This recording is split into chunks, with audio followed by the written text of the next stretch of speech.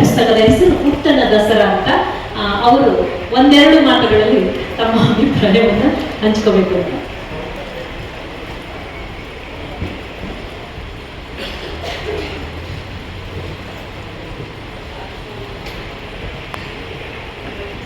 ನವರಾತ್ರಿ ನವಶಕ್ತಿ ದೇವಿಯರಿಗೆ ಜಯವೆನ್ನಿ, ಕರುಣೆಯ ಪಾಡಿ ನೀವು ಪಾವನರಾಗಿ, ಕರುಣೆಯ ಪಾಡಿ ನೀವು ಪಾವನರಾಗಿ.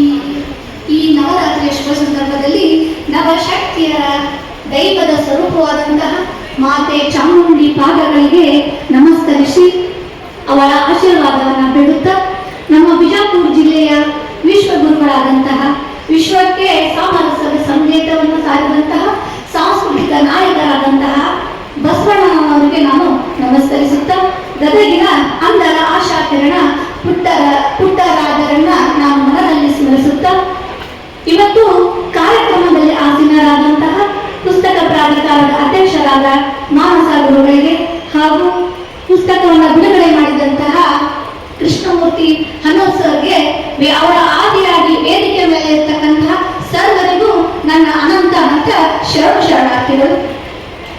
ಮಾನವೇ, ನಾನು ಮೂಲತಃ ಗದಗ ಜಿಲ್ಲೆಯ ರೋಣದವಳು.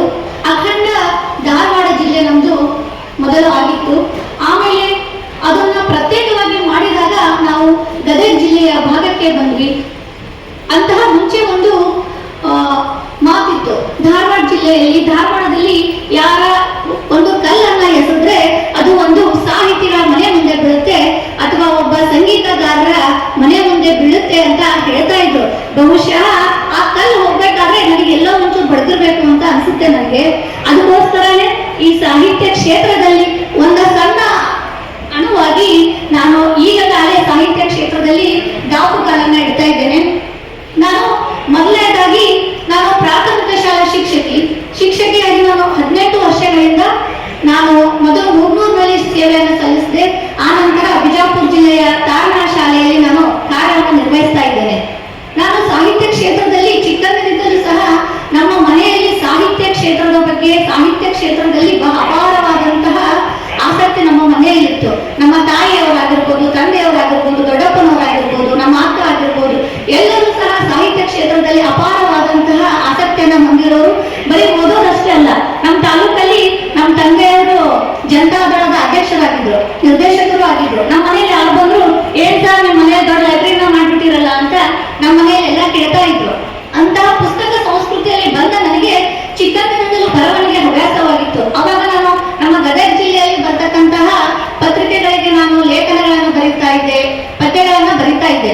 ಅವಾಗ ಡಾಕ್ಟರ್ ರಾಜ್ಕುಮಾರ್ ಅವರನ್ನ ವೀರಪ್ಪಣ್ಣ ಕರ್ಕೊಂಡು ಹೋದಾಗ ನಾನು ಅವಾಗ ಬಹಳ ಬೇಜಾರಾಗಿ ಒಂದು ಹಾಡು ಬರ್ತಿದ್ದೆ, ಛೀ ವೀರಪ್ಪಣ್ಣನೇ ನೀನೇಕೆ ತಾಳಿದೆ ಈ ಪಾಪಿ ಜನ್ಮವ ಅಂತ. ಅವಾಗಿನ ಟೈಮಲ್ಲಿ ನಮ್ಮ ಗದಗ ಜಿಲ್ಲೆ ಮತ್ತು ಧಾರವಾಡ ಜಿಲ್ಲೆಯಲ್ಲಿ ಅದು ಬಹಳ ಪ್ರಶಂಸೆಗೆ ಪಾತ್ರವಾಗಿತ್ತು.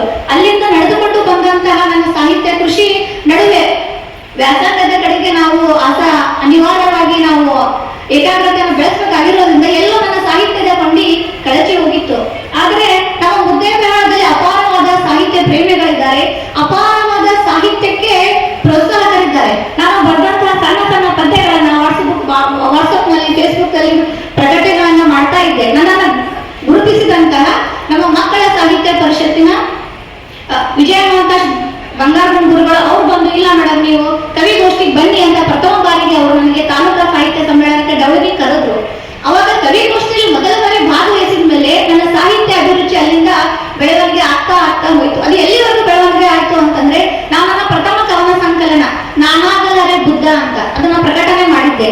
ಅದು ಬಹಳ ಸ್ತ್ರೀ ಸಂವೇದನೆಯ ಹಿನ್ನೆಲೆಯಲ್ಲಿ, ಮಹಿಳಾ ಪರ ಚಿಂತನೆಗಳಲ್ಲಿ ಒಬ್ಬ ಮಹಿಳೆಯಾಗಿ, ಈಗ ಜಗತ್ತು ಎಷ್ಟೇ ಮುಂದುವರೆದಿದ್ರು ಸಹಿತ ನಮ್ಮನ್ನ ಫಸ್ಟ್ ಮನಿ ಕೆಲಸ ಮುಗಿಸಿದವ ಅಂತ ಕೇಳ್ತಾರೆ. ನಾ ಟೀಚರ್, ನಾ ಸ್ಕೂಲ್ ಹೋಗ್ತಿರ್ತೀನಲ್ಲ, ಯಾರು ಮೇಡಮ್ ಈಗ ಬಂದ್ರ ಅಂತ ಕೇಳಲ್ಲ. ಯಾರಾದ ಹಾದಿ ಸಿಕ್ಬಿಟ್ರೆ, ಮೇಡಮ್ ಕೆಲಸ ಮುಗಿಸ್ಕೊಂಡ್ರ, ಕೆಲಸ ಮುಗಿಸಿರಲ್ರಿ, ಹೀಗೆ ಕೇಳೋದು ಫಸ್ಟ್ ಪ್ರಶ್ನೆ ನಮ್ಮನ್ನ.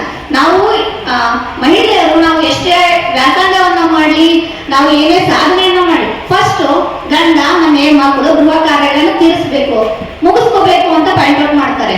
ಅದರ ಆಚೆಗೂ ನಾವು ಬೆಳೀತಾ ಇದ್ದೀವಿ ಅಂತಂದ್ರೆ ಅದಕ್ಕೆ ಕಾರಣ ನನ್ನ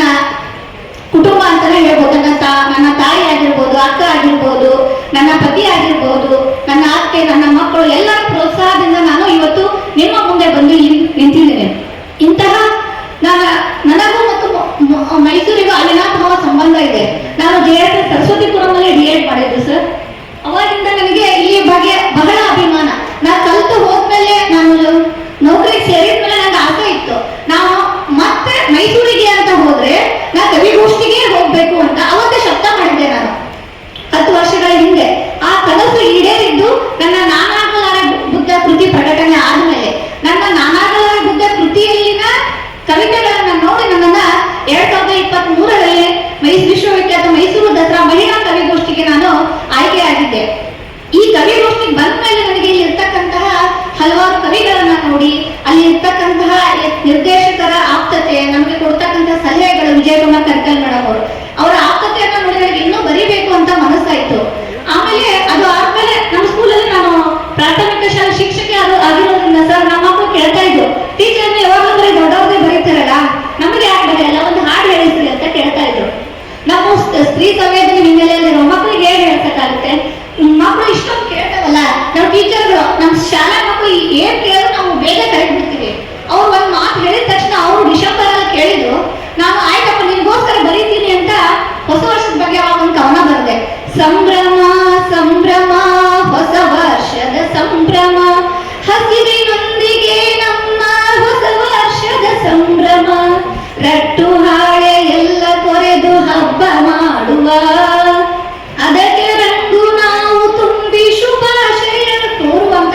ನಾವು ಫಸ್ಟ್ ಟೈಮ್ ನಾನೊಂದು ಮಕ್ಕಳ ಪದ್ಯವನ್ನ ಬರೆದೆ ಸರ್. ಅದು ಇಷ್ಟೊಂದು ಪ್ರಸಿದ್ಧಿ ಆಗಿದೆ ಅಂತ ನಂಗೆ ಗೊತ್ತಿರ್ಲಿಲ್ಲ.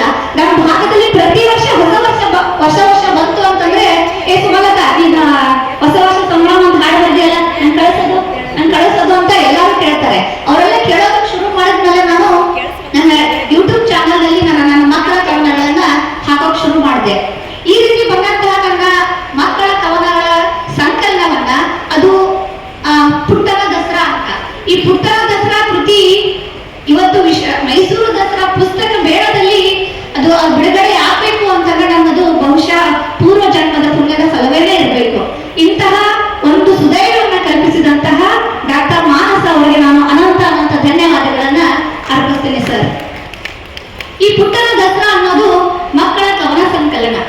ಈ ದಸರಾಕ್ಕೆ ನಾನು 2023ರಲ್ಲಿ ಕವಿಗೋಷ್ಠಿ ಬಂದಾಗ ನನ್ನ ಮಕ್ಕಳನ್ನ ಕರ್ಕೊಂಡ್ ಬಂದಿರ್ಲಿಲ್ಲ, ಅವ್ರಿಗೆ ಪರೀಕ್ಷೆ ಇದೆ ಅಂತ. ಮಕ್ಕಳು ಗಲಾಟೆ ಮಾಡೋದು, ಇಲ್ಲ ನಾನು ಕರ್ಕೊಂಡು ಹೋಗು ಅಂತ. ಅದಕ್ಕೆ ಕಳೆದ ಸಾರಿ ನಾವು ಜಂಬೂ ಸವಾರಿ ನೋಡೋಕೆ ಅಂತ ಬಂದಿದ್ವಿ. ನನ್ನ ಮಗನಿಗೆ ಎಲ್ಲರಲ್ಲೂ ತುಂಬಾ ಕುತೂಹಲ, ಸೋಮನ್ಗೆ ಮತ್ತು ನನ್ನ ಮಗ ಸಿಂಚನಾಗೆ ಎಲ್ಲರಲ್ಲೂ ವಿಪರೀತ ಕುತೂಹಲ. ಎಷ್ಟ್ ಚಂದ ಲೈಟ್ ಹಾಕಾಗಲ್ಲ, ಎಷ್ಟ್ ಚಂದ ವಸ್ತು ಪ್ರದರ್ಶನ ಆಯ್ತಲ್ಲ, ಆನೆಗಳು ಎಷ್ಟ್ ಚಂದ ಹೋಗ್ತಾವಲ್ಲ, ಈ ತರ ಪ್ರತಿಯೊಂದರಲ್ಲೂ ಅವರಿಗೆ ಬಹಳ ಕುತೂಹಲ. ಅದಕ್ಕೋಸ್ಕರ ನಾನು ಮರಳಿ ನಾವು ಊರಿಗೆ ಹೋಗ್ಬೇಕಾದ್ರೆ ನಾನು ಪುಟ್ಟನ ದಸರಾ ಅಂತ ನಾನು ಒಂದು ಪದ್ಯವನ್ನ ಬರೆದೆ.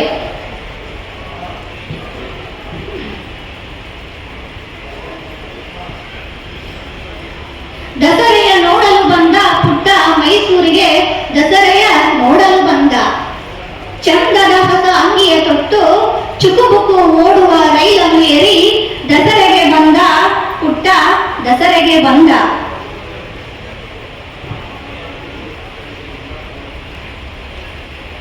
ನಮ್ ಪುಟ್ಟ ಮತ್ತೆ ದಸರಾ ಬಂದು ಏನ್ ಮಾಡ್ದ? ಅರಮನೆ ನಗರಿಯ ಸುತ್ತ ಜಗಮಗ ಬೆಳಕಿನ ಹೊಳಪನ್ನು ಕಂಡು, ಹೊಳಪಲ್ಲಿ ಮಿನುಗುವ ಚಿತ್ರವ ಕಂಡು ಸಂತಸದಿ ಕುಣಿದ ಪುಟ್ಟ, ಸಂತಸದಿ ಕುಣಿದ. ಇರುವೆಗಳಂತೆ ಮಕ್ಕಳಿಗೆ ಇಷ್ಟು ಜನ ನೋಡ್ಬಿಟ್ರೆ ಭಯ ಆಗ್ತಾರೆ. ನನ್ನ ಮಗಳಂತರೂ ಅವ್ರ ಅಪ್ಪನ ಹೆಗಲ ಮೇಲೆ ಕುತ್ಕೊಂಡೆ ದಸರಾ ನೋಡಿದ್ದು. ಅವಾಗ ನನಗನ್ನಿಸ್ತು, ಇರುವೆಗಳಂತೆ ಸಾಗುವ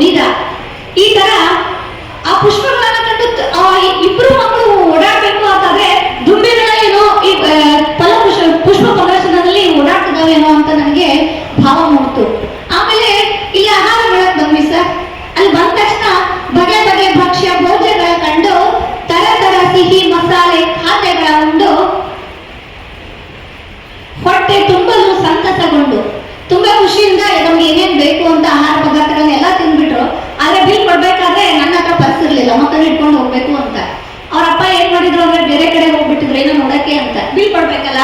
ಅವಾಗ ಬಿಲ್ ಕೊಡಲು ಅಪ್ಪನ್ನ ಕರೆದ ಪುಟ್ಟ, ಕಾಸಿಗಾಗಿ ಅಪ್ಪನ್ನ ಕರೆದ.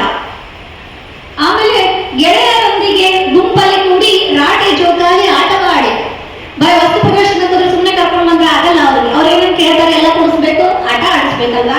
ಅವಾಗ ಗೆಳೆಯರೊಂದಿಗೆ ಗುಂಪಲ್ಲಿ ಕೂಡಿ ರಾಟೆ ಜೋಕಾಲಿ ಆಟವಾಡಿ, ಆಟಿಕೆ ಜಂಬು ಸವಾರಿಯವರ ಹೊರಟ, ಪುಟ್ಟ ಜಂಬದಲ್ಲಿ ತಾ ಹೊರಟ. ತಮ್ಗೆ ಏನೇನ್ ಬೇಕು ಎಲ್ಲ ತಗೊಂಡ್ರು ಸರ್. ಆಮೇಲೆ ಮತ್ತೆ ನಾವು ನಮ್ಮ ಬಿಸಿಲೂರ ಮಾಡಿ ಹೋಗ್ಲೇಬೇಕಲ್ವಾ. ಅವಾಗ ರಂಗು ರಂಗಿನ ಹೊಸ ದಿರುಸನ್ನು ಕೊಂಡು, ಚನ್ನ ಪಟ್ಟಣದ ಚಂದ್ರಾಗ ಆಟಿಕೆ ಕೊಂಡು. ರಂಗು ರಂಗಿನ ಹೊಸ ದಿರುಸನ್ನು ಕೊಂಡು, ಚನ್ನ ಪಟ್ಟಣದ ಚಂದದ ಆಟಿಕೆ ಕೊಂಡು, ಹಿಗ್ಗಿನಲ್ಲಿ ನಡೆದ ಪುಟ್ಟ ಮನೆ ಕಡೆ ಹಿಗ್ಗಿನಲ್ಲಿ ನಡೆದ. ಈ ಜಂಬು ಸವಾರಿ ನೋಡಕ್ಕೆ ಅಂತ ನಮ್ಮ ಮನೆಯವರು ಎಸ್.ಎಂ. ಸಜ್ಜನವರು ಅವ್ರ ಜೊತೆ ನಾವು ಬಂದಿದ್ವಲ್ಲ ಜಂಬು ಸವಾರಿಗೆ. ಅದನ್ನ ನೋಡಿದ ತಕ್ಷಣ ನಾ ಜಂಬು ಸವಾರಿಗೆ ಬಂದಿದ್ದೇನೆ ತಾಯಿ ಚಾಮುಂಡಿ ಆಶೀರ್ವಾದದಿಂದ ಈ ಪುಟ್ಟನ ದಸರಾ ಅಂತಕ್ಕಂತಹ ಕೃತಿ ಮೂಡೋಕೆ ನಮಗೆ ಶಕ್ತಿಯನ್ನ ಕೊಡ್ತು. ನಮಗೆ ಅದು ಒಂದು ನೈತಿಕ ಪ್ರಜ್ಞೆಯನ್ನ ಕೊಡ್ತು. ಇಲ್ಲಿ ಇರ್ತಕ್ಕಂತಹ ಸಾಂಸ್ಕೃತಿಕ ಪರಿಸರ ನನಗೊಂದು ನೈತಿಕ ಬಲವನ್ನ ಕೊಡ್ತು. ಇಲ್ಲಿ ಇರ್ತಕ್ಕಂಥ ಯಾರಿಗೆ ನಾವು ಏನ್ ಬೇಕು ಫೋನ್ ಮಾಡಿ ಏನ್ ಮಾಡ್ಬೇಕು ಅಂತ ಕೇಳಿದ್ರೆ ಎಲ್ಲರೂ ಬಹಳ ಆಸಕ್ತಿಯಿಂದ ಬಹಳ ಮುತುವರ್ಜಿಯಿಂದ ನಮಗೆ ಸಲಹೆಗಳನ್ನ ಕೊಡ್ತಾರೆ. ಆದ್ರೆ ಇಲ್ಲಿಂದ ಹೋದ್ವಿ, ಇಲ್ಲಿ ಬಂದ ತಕ್ಷಣ ಆಮೇಲೆ ನಮ್ದು ಬಿಸಿಲು ನಾಡಲ್ಲ ಸರ್, ಯಾವಾಗ್ಲೂ ಬಿಸಿಲೇ ಇರೋದು. ನನ್ನ ಮಕ್ಕಳಿಗೆ ಯಾವಾಗ್ಲೂ ಬೇಜಾರು. ನಮ್ಮ ಮಕ್ಕಳು ಅಪೂರ್ವ, ಸಿಂಚನ, ಸೋಹನ್, ಆದ್ವಿಕ ಎಲ್ಲರೂ ಸಹಿತ ಒಂದ್ಸತಿ ರಜೆ ಬಂದಾಗ ಅಮ್ಮ ನಮ್ಮ ಊರಿಗೆ ಬಂದಿದ್ರು, ಬಿಜಾಪುರಕ್ಕೆ ಮುದ್ದೆ ಬಾಳಕ್ ಬಂದಾಗ ಅವ್ರು ಹೇಳ್ತಾ ಇದ್ರು, ಅಮ್ಮ ಬೇಸಿಗೆ ಬೆಗೆಯೇನು ತಾಳೆನು ನಾನಮ್ಮ, ಬಿಸಿಲಲ್ಲಿ ಬೆಂದು ಬೆವರಲ್ಲಿ ನಿಂದು ತನುವಿದು ನರಳುತ್ತಿದೆ. ಅಪ್ಪ ಇದು ಎಷ್ಟು ಬಿಸಿಲಪ್ಪ. ಬೆಂಗಳೂರಲ್ಲಿ ಇರೋರಿಗೆ ಬಿಜಾಪುರಕ್ಕೆ ಬಂದ್ರೆ ಇರೋಕ್ಕಾಗಲ್ಲ ಸರ್. ಒಂದಿನ ಬಿಟ್ಟು 2 ದಿನ ಇದ್ದು ಬಿಟ್ರೆ ಅವ್ರಿಗೆ ಬಹಳ ಕಷ್ಟ ಆಗೋಗುತ್ತೆ. ಆ ಸಂದರ್ಭದಲ್ಲಿ ಬರೆದಂತಹ ಕವನ ಇದು. ತಂಬಿಗೆ ನೀರನ್ನು ಘಟ ಘಟ ಕುಡಿದರು ದಾಹು ತೀರದಮ್ಮ, ತಣ್ಣನೆ ಮಜ್ಜಿಗೆ ನಿಂಬೆ ಪಾನಕ ಬೇಗನೆ ಮಾಡಮ್ಮ, ಹಸಿವಾಗಿದೆ ಊಟ ಸೇರದು ನೀನೇ ತಿನಿಸಮ್ಮ. ಅವ್ರಿಗೆ ಏನ್ ಕಷ್ಟ ಅಂತ ಹೇಳ್ತಾ ಇರ್ತ ಮಕ್ಕಳು, ಅವ್ರಿಗೆ ಏನ್ ಬೇಕು ಅಂತ ಅದನ್ನು ಸಹಿತ ಹೇಳ್ತಾ ಇರ್ತಾರೆ, ನಮ್ಮ ಹತ್ರ ಮಾಡಿಸ್ಬೇಕು ಅಂತ. ಹಸಿವಾಗಿದೆ ಊಟ ಸೇರದು ನೀನೇ ತಿನಿಸಮ್ಮ, ತರ ತರ ರೂಢಿ ಚಕ್ಕುಲಿ ಮಾಡಿ ಡಬ್ಬಿಯಲ್ಲಿ ತುಂಬಿಸಮ್ಮ. ರಜೆ ಇದೆ, ನಮ್ಮ ಬಿಸಿಲಿಗೆ ಆಟ ಆಡ್ಬೇಕಲ್ವಾ, ಅದಕ್ಕೆ ನಮ್ಗೆ ವೆರೈಟಿ, ನಮ್ಗೆ ಬಗೆ ಬಗೆ ತಿಂಡಿಗಳನ್ನ ಮಾಡಿಕೊಡು ಅಂತ. ಸ್ನೇಹಿತರೊಂದಿಗೆ ಆಟವಾಡಲು ಹೊತ್ತು ಸಾಲದಮ್ಮ, ಕಾರ್ಟೂನ್ ಗೇಮ್ಸ್ ನೋಡುತ್ತಾ ಕುಳಿತರೆ ವೇಳೆ ತಿಳಿಯದಮ್ಮ. ನೋಡಿ, ಈಗಿನ ಕಾಲದ ಮಕ್ಕಳಿಗೆ ಹೊರಗಡೆ ಹೋಗಿ ಆಟ ಆಡಿ ಅಂತಂದ್ರೆ ಅವರು ಜಾಸ್ತಿ ಹೊರಗಡೆ ಹೋಗಲ್ಲ ಸರ್. ಕೇವಲ ಏನ್ ಮಾಡ್ಬಿಡ್ತಾರೆ, ಮೊಬೈಲ್ ನೋಡ್ಕೊಂಡು ಮನೆಯಲ್ಲಿ ಕುತ್ಕೊಳ್ಳೋಕೆ ಶುರು ಮಾಡ್ಬಿಡ್ತಾರೆ. ಆದ್ರೂ ಸಹಿತ ಮಕ್ಕಳಿಗೆ ಬೇಜಾರಾಗಿತ್ತು. ಮೊಬೈಲ್ ಇಂದ ಪ್ರತಿ ಸಲ ಮೊಬೈಲ್ ಅಲ್ಲಿ ಆನ್ಲೈನ್ ಕ್ಲಾಸ್. ಮಕ್ಕಳಿಗೆ ಮೊಬೈಲ್ ಯಾವಾಗ ಬೇಜಾರಾಯ್ತು ಅಂತಂದ್ರೆ ಕರೋನಾ ಕಾಲದಲ್ಲಿ ಮಕ್ಕಳು ಬರೀ ಆನ್ಲೈನ್ ಕ್ಲಾಸ್ ಅಲ್ಲಿ ಪಾಠಗಳನ್ನ ಕೇಳಿ ಅವು ಬೇಜಾರು ಮಾಡ್ಕೊತಾ ಇದ್ವು. ನಮ್ಮ ಸ್ಕೂಲ್ ಮಕ್ಕಳು ಬಂದು ಹೇಳ್ತಾ ಇದ್ವು, ಮೇಡಮ್ ನೀವು ವಾಟ್ಸಪ್ಪಿಗೆ ಕಳಿಸ್ತಿರಲ್ಲ, ನಂಗೆ ನೋಡಿ ಬರೆಯಕ್ ಆಗುದಿಲ್ರಿ, ನಮ್ಮಪ್ಪ ಮನೆಯಾಗ ಇರುದಿಲ್ಲ, ರಾತ್ರಿ ಮೊಬೈಲ್ ಕೊಟ್ಟು ನಾವೇನು ಹೋಮ್ವರ್ಕ್ ಮಾಡ್ಬೇಕ್ರಿ ಅಂತ ಹೇಳಿ ಕೇಳ್ತಾ ಇದ್ವು. ಆಮೇಲೆ ಕ್ಲಾಸ್ ಶುರು ಆದ್ಮೇಲೆ ಸಹಿತ ಮಕ್ಕಳಿಗೆ ಅವಾಗ ಭಯ ಅಲ್ಲ ತಂದೆ ತಾಯಿಗಳಿಗೆ, ಅರ್ಧ ದಿನ ಕಳ್ಸೋರು ಆಮೇಲೆ ಬಿಡೋರು. ಅವಾಗ ಬರ್ದೆ, ಅಮ್ಮ ನಂಗೆ ಮೊಬೈಲ್ ಬೇಡ, ಬೇಜಾರಾಗೈತಿ, ಮೊಬೈಲ್ ನೋಡಿ ನನ್ನ ಕಣ್ಣು ಮಂಜಾಗೋಗೈತಿ, ಕರೋನಾದಲ್ಲಿ ಆನ್ಲೈನ್ ಕ್ಲಾಸು ಬೇರೆ ಇರಲಿಲ್ಲ ಚಾಯ್ಸು, ಈ ಶಾಲೆಗೆ ಬರ್ತಿದ್ದೀನಿ PDF ಕಳಿಸ್ಬೇಡಿ ಪ್ಲೀಸು. ಮಕ್ಕಳಿಗೆ ಈ ತರ ಅದ್ರ ಬಗ್ಗೆ ಬೇಜಾರಾಯ್ತು. ಆಮೇಲೆ ಅಪ್ಪ ಅಮ್ಮ ಇಬ್ರು ಬಿಸಿ, ಒಬ್ಬರೇ ಇರಬೇಕು, ಅಜ್ಜ ಅಜ್ಜಿಗೆ ಊರಿಗೆ ಹೋಗ್ಬೇಕಂದ್ರೆ ಪರೀಕ್ಷೆ ಬಂದಾಯ್ತು. ಈ ತರ ನನ್ನ ಪುಟ್ಟನ ದಸರಾ ಮಕ್ಕಳ ಕವನ ಸಂಕಲನದಲ್ಲಿ ಮಕ್ಕಳ ಭಾವನೆಗಳಿಗೆ ಅಕ್ಷರ ರೂಪದಲ್ಲಿ ಇಳಿಸಲು ನಾನು ಪ್ರಯತ್ನ ಪಟ್ಟಿದ್ದೀನಿ. ನಾವು ಎಷ್ಟೇ ದೊಡ್ಡವರಾದ್ರೂ ಸಹಿತ ನಾವೆಲ್ಲರೂ ಮತ್ತೆ ಮಗುವಾಗ ಬಯಸ್ತೀವಿ ಅಲ್ವಾ. ಈ ಜೀವನದ ಜಂಜಾಟಗಳು, ಬೇಸರಗಳು ಎಲ್ಲವನ್ನ ನೀಡಿ ನಾವು ಮತ್ತೆ ಮಗುವಾಗಬೇಕು. ನಾವು ಮಕ್ಕಳಾಗಿ ಮಕ್ಕಳ ಮುಗ್ಧತೆಯನ್ನ, ಚಿಂತೆ ಇಲ್ಲದೆ ಆಟ ಆಡ್ತಾ, ಪಾಠ ಓದ್ತಾ, ಹಾಡ್ತಾ, ಕುಣಿತಾ, ನಮ್ಗೆ ಇಷ್ಟವಾದ ಸಿಹಿ ತಿಂಡಿಗಳನ್ನ ತಿಂತ ನಮ್ಗೆ ಖುಷಿಯಾಗಿರ್ಬೇಕು ಅಂತ ಎಲ್ಲರಿಗೂ ಅನ್ಸುತ್ತೆ. ನನಗೂ ಸಹಿತ ಆ ಭಾವನೆ ಬಂದು ನಮ್ಮ